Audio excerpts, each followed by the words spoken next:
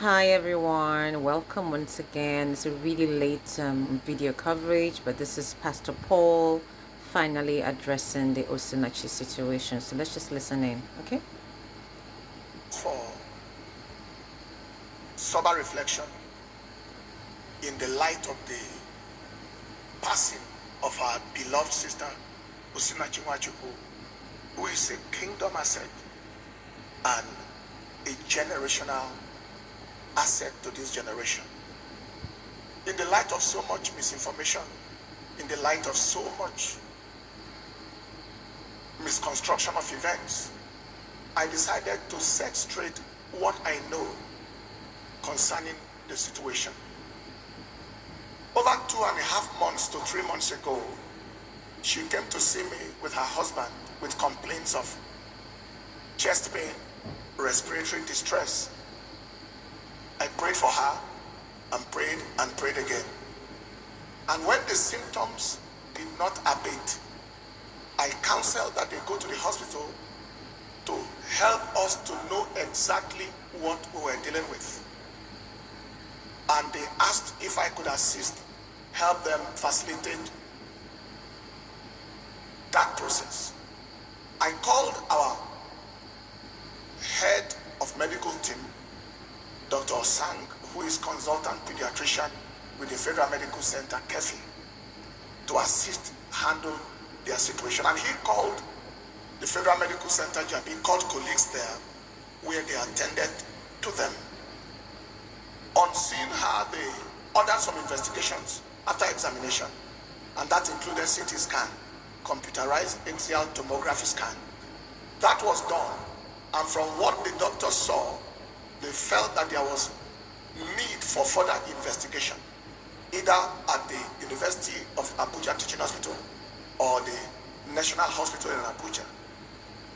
I called the doctor, consultant pulmonologist, respiratory physician at the University of Abuja Teaching Hospital, Dr. Ako Alexander, told him the situation, and he asked that they come to see him immediately.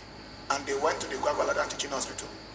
After they had examined her there and saw the situation, they felt that there was a need for histology and biopsy of the lung tissue, and they asked that she go to the National Hospital to get that done. I again called the Dr. Jibrin, who is head of pathology and consultant histopathologist of the National Hospital in Abuja, and reported the issue to him and to help us go ahead with the investigations and find out what exactly happened. I am calling names and calling places because the people are available, are alive, and they are all verifiable.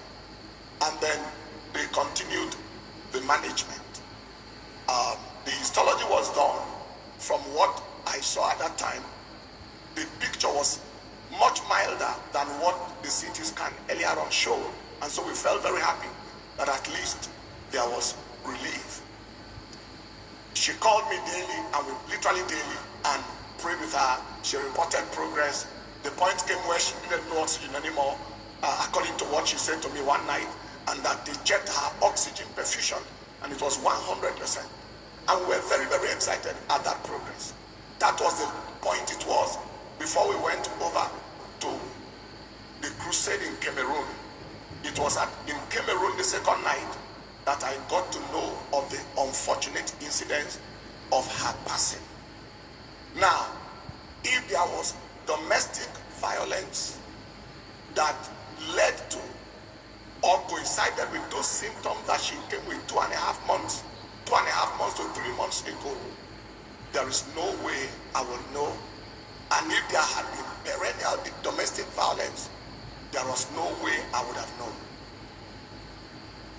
The things we're hearing after her passing were things that were very, very strange to my hearing.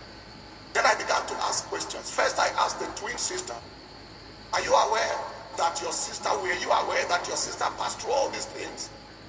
She said, yes, she knew some of them, but that the majority of them, she was hearing also from those she confided in. I asked her, I said, if you knew, why didn't you let us know? And the twin sister said she always begged her, please don't let the church know, don't tell the pastor, please, the man will change, please, just pray for us, the man will change. And that continued to happen. I asked the first son yesterday, I said, was this real? And the son told other stories. And I said, so why didn't you tell me? Because typically they will run to me after service and I'll pray for them, lay hands on them. Why didn't you tell me about what was going on in the home? And the young man said, they couldn't tell me because the father would always ask them after they left me and said, what did you tell the pastor? Did you tell him anything? And so on and so forth. Further, other members in the choir who were privy to this, some of the things that were going on, I asked one of them when we paid the visit to the house of the deceased yesterday, what happened? Why were we not aware of all these things? The same story, that she would always go on her knees and ask them, please, don't,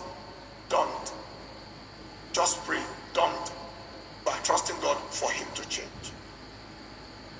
The last one that taught me so much was the music producer who came to see me in the office 2 days ago to tell me his own experience, how he witnessed that the man slapped the wife in his music studio.